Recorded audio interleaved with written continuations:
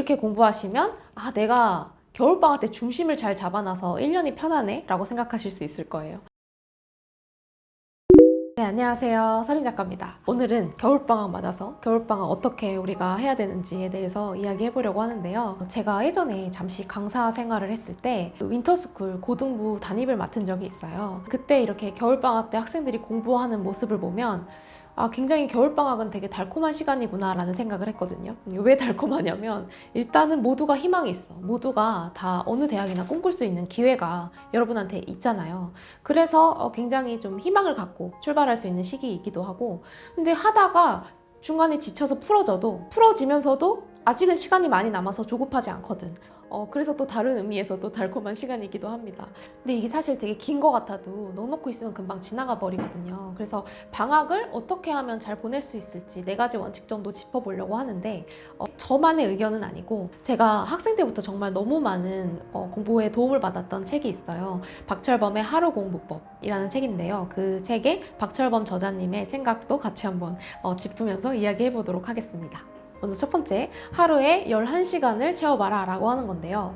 공부는 양일까요? 질일까요? 저는 질이라고 생각해요. 왜냐하면 아무리 열심히 공부해도 성적이 안 나올 때가 많았으니까요. 정말 머리가 좋고 감이 좋은 학생들은 하루에 서너 시간 공부해도 1등급 나오는 경우도 있죠. 그런데 예전에 저와 같은 이런 평범한 두뇌를 가진 사람들은 양과 질 모두 다 잡아야 합니다. 그 중에서도 겨울방학은 주로 기본 개념을 많이 잡는 시기이기 때문에 이 양을 채우는 시기예요. 그래서 이 양을 충분히 늘려놓는 게 필요합니다. 그 중에서도 왜 제가 11시간을 제안을 드리냐면, 제가 되게 많이 물어봤거든요. 공부 잘하는 사람들한테 하루에 몇 시간, 최대 몇 시간 공부했어요? 하루에 많으면 몇 시간 공부해? 라고 많이 물어봤을 때 주로 11시간을 이야기했어요. 정말 평균적으로. 옛날에 저희 학교 전교 1등 같은 경우는 자기는 방학 때 14시간 공부한다고 이야기를 했었는데, 14시간은 좀 비인간적이지 않나 생각이 들고요. 아무튼 11시간도 못했다 라고 하는 사람을 많이 못 봤다. 그 정도가 우리가 평범한 사람들이 많이 공부할 수 있는 최대의 능력치가 아닌가라는 생각을 합니다. 매일은 아니어도 겨울방학 때 이 11시간을 좀 많이 채워본 경험을 해본 사람은 1년 동안의 그 공부하는 통이 커져서 공부하는 역량을 많이 키울 수 있을 겁니다. 여러분이 컨디션이 안 좋고 공부를 좀 못할 때는 최소 7, 8시간, 그리고 컨디션이 좋고 공부 잘하는 날에는 11시간에서 12시간 정도를 채워보셨으면 좋겠습니다. 두 번째, 수학을 여러분의 공부에 무조건 60% 이상을 차지하게 만들어야 한다라고 하는 건데요. 나중에 한 2월쯤 가보면 예비고1 학생들이 막 이제 나 이제 고등학생이 되나 봐 이러면서 너무 들떠서 막 과탐 특강까지 막 다 듣고 있어. 근데 이거는 자기가 정신 차려야 되는 거거든요. 물론 내가 최상위권이고 상위권이고 그런 학생들이면 과탐을 듣든 사탐을 듣든 무슨 상관이겠습니까?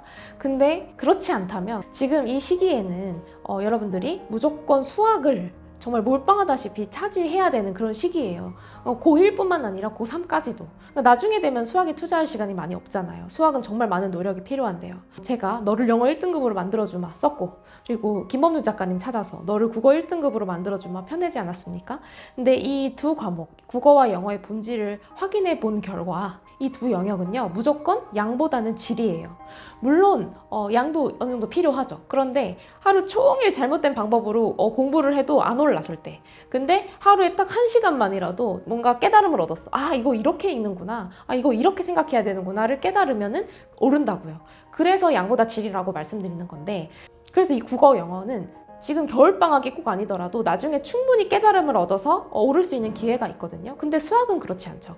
제가 수학 1등급 만들어주면은 못 만들겠다고 생각을 한 게, 사실 수학은 너무 양이 방대하잖아요. 그 개념을 익히는 데만 해도 한참 걸리고요. 거기에 따른 수천 가지 유형 익히는 데도 한참 걸려요. 그리고 기출분석, 그 고난도 문제, 사고력 개발하는 데도 한참 걸려요. 근데 제가 어떻게 이 책 한 권으로 여러분을 수학 1등급 만들어주마 라고 하겠어요. 정말 제가 느끼기로는 수학은 정말 이 머리가 타고난 학생이 아니라면 정말 각고의 노력을, 뼈를 깎는 노력으로 해야 되는 그런 과목입니다. 이 겨울방학 때 여유가 있는 시간에, 사실 여유가 있는 게 아니에요. 수학에 몰빵하다시피 이거를 만들어야 이 나중에 1년이 편하다. 박철범 저자님도 그렇게 이야기를 하시거든요. 수학을 어느 정도 처음 시간에 많이 집중을 해서 상위권 궤도에 올려놓고 나머지 과목을 맞추는 게 맞다. 요거 꼭 기억을 하셔서 여러분들이 지키셔야 돼요. 그리고 세 번째는 아침 공부에 대한 건데요. 이거를 꼭 해보셨으면 좋겠는 게, 아침에 일찍 일어나 보세요. 그냥 7, 8시 말고 이제 오버해서 그냥 5시에 일어나 보는 거예요. 생각을 해봅시다. 겨울방학이 왜 빨리 지나갈까? 그 이유는 우리의 하루라는 게 너무 보잘것없는 이 점과 같이 짧은 시간이기 때문이에요. 그래서 그 점과 같은 그 하루를 콕콕콕콕 찍어서 그게 채워나가는 게 수험생활인데, 그래서 하루를 소중히 여기는 그 마음이 되게 중요한 거죠. 근데 10시에 자서 5시에 일어나는 학생이 있고 3시에 자서 10시에 일어나는 학생이 있다라고 했을 때 누가 더 하루를 더 소중히 여기고 누가 더 질 높은 하루를 보내겠습니까? 당연히 새벽 5시에 일어난 학생이 더 하루를 잘 보내요. 왜 그럴까 생각을 해보면 5시에 일어난 사람은 내가 일어난 게 아까워서라도 이 하루를 허투루 보내지 않으려고 노력을 합니다. 내가 5시에 일어났는데 낮에 막 핸드폰하고 시간 버리겠습니까? 그럴 확률이 낮아지죠.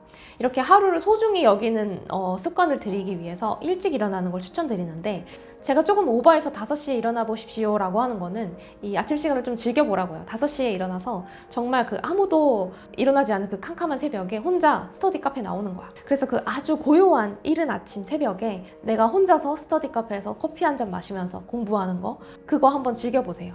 박철범 작가님도 그렇게 이야기를 하는데 이분이 꼴등부터 진짜 서울대까지 그렇게 올라가신 분인데, 항상 학교에 가기 전에 혼자서 아침에 일찍 일어나서 아침 시간을 가졌대요. 아침 공부 시간을 가졌는데, 그때마다 가장 먼저 하는 게 자기가 가장 약한 과목, 뭐 국어면 국어, 뭐 국사면 국사, 자기가 가장 약한 과목을 공부했고 그 과목은 어김없이 성적이 올랐다라고 했습니다.